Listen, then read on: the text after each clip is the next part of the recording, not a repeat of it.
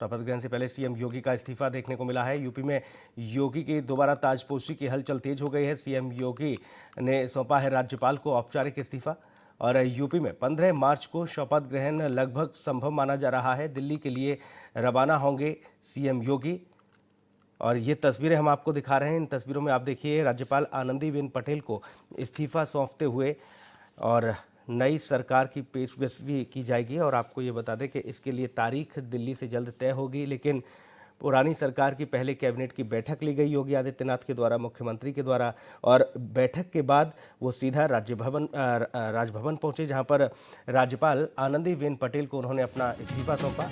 तो यूपी में आपको बता दें योगी के दोबारा ताजपोशी की जो हलचल है वो तेज हो गई है। सीएम योगी ने राज्यपाल को इस्तीफा सौंपा है, औपचारिक इस्तीफा दिया गया।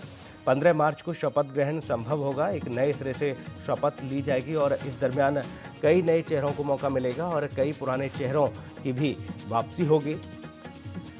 तो शपथ ग्रहण से पहले आपको बता दें सीएम योगी का इस्तीफा देखने को मिला है। मुख्यमंत्री योगी आदित्यनाथ ने इस्तीफा सौंपा, राज्यपाल आनंदीबेन पटेल को वो इस्तीफा देने गए।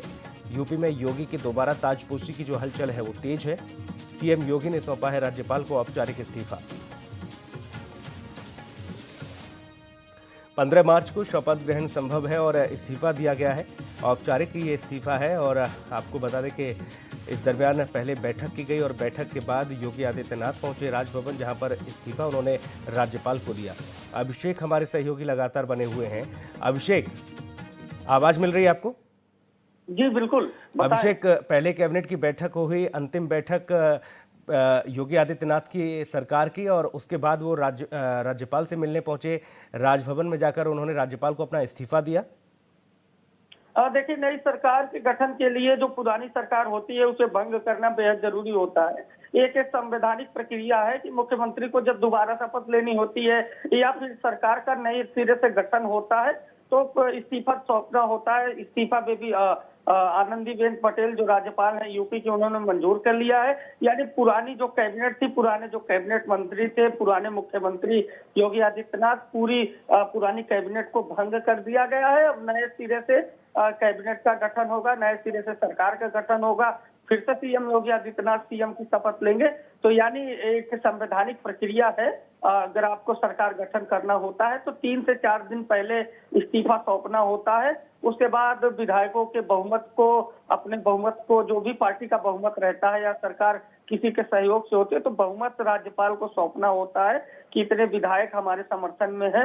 उसके बाद नई सरकार बनाने की कवायद शुरू होती है। मुख्यमंत्री शपथ लेते हैं, कैबिनेट मंत्री जो चुन के आते हैं वो शपथ लेते हैं। तो तमाम सारी बातें हैं, तमाम सारे एक मुद्दा होता है राजनीतिक, उसमें एक संवैधानिक प्रक्रिया है।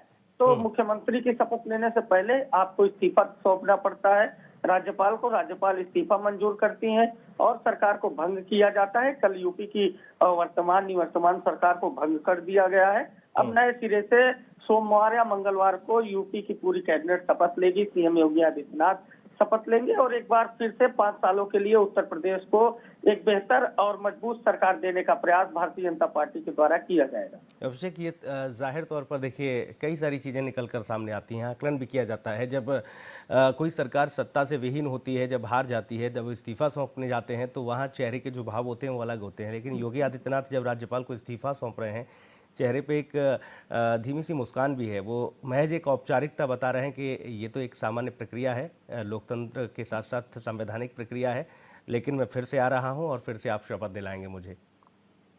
देखिए, सीएम योगी आदित्यनाथ इस पूरे चुनाव में, इस पूरे कार्यकाल में एक ऐसे योगी आदित्यनाथ के रूप में सामने आए हैं जिन्हें लोग राजनीतिक रूप से बेहद ही कमजोर मान रहे थे। लोगों का कहना था कि योगी आदित्यनाथ के पास उस तरह की रणनीति नहीं है, एक ही मुद्दा है, हिंदुत्व का मुद्दा है। लेकिन सारी बातों की काट योगी आदित्यनाथ बनकर उभरे और योगी आदित्यनाथ ने दिखाया कि किस तरह से कानून व्यवस्था, गरीबों को राशन मुहैया कराकर, जो तमाम सारी प्रदेश सरकार की योजनाएं थी, योजनाओं और विकास के साथ जिस तरह से हिंदुत्व को जोड़ते हुए योगी आदित्यनाथ ने सत्ता में वापसी की, उससे योगी आदित्यनाथ का पूरे देश में कद बढ़ रहा है। देश में चर्चा का विषय है कि यूपी जैसे राज्य पर जहां जातीय संतुलन बेहद जरूरी है, ऐसे में योगी आदित्यनाथ का दोबारा मुख्यमंत्री चुन के आना बेहद कहीं ना कहीं चौंकाने वाला भी था कुछ लोगों के लिए और बीजेपी के लिए बहुत ज्यादा सुखद वाली स्थिति है। ऐसे में योगी आदित्यनाथ के चेहरे पर कभी सिकन देखने को नहीं मिलती है। कम ही ऐसे अवसर होते हैं जब योगी आदित्यनाथ थोड़े से परेशान दिखते हैं, वरना योगी आदित्यनाथ के चेहरे पर तेज हमेशा बरकरार होता है। उनकी भाषा एक जैसी होती है, उनकी शैली एक जैसी होती है, कभी कोई उसमें परिवर्तन नहीं होता है।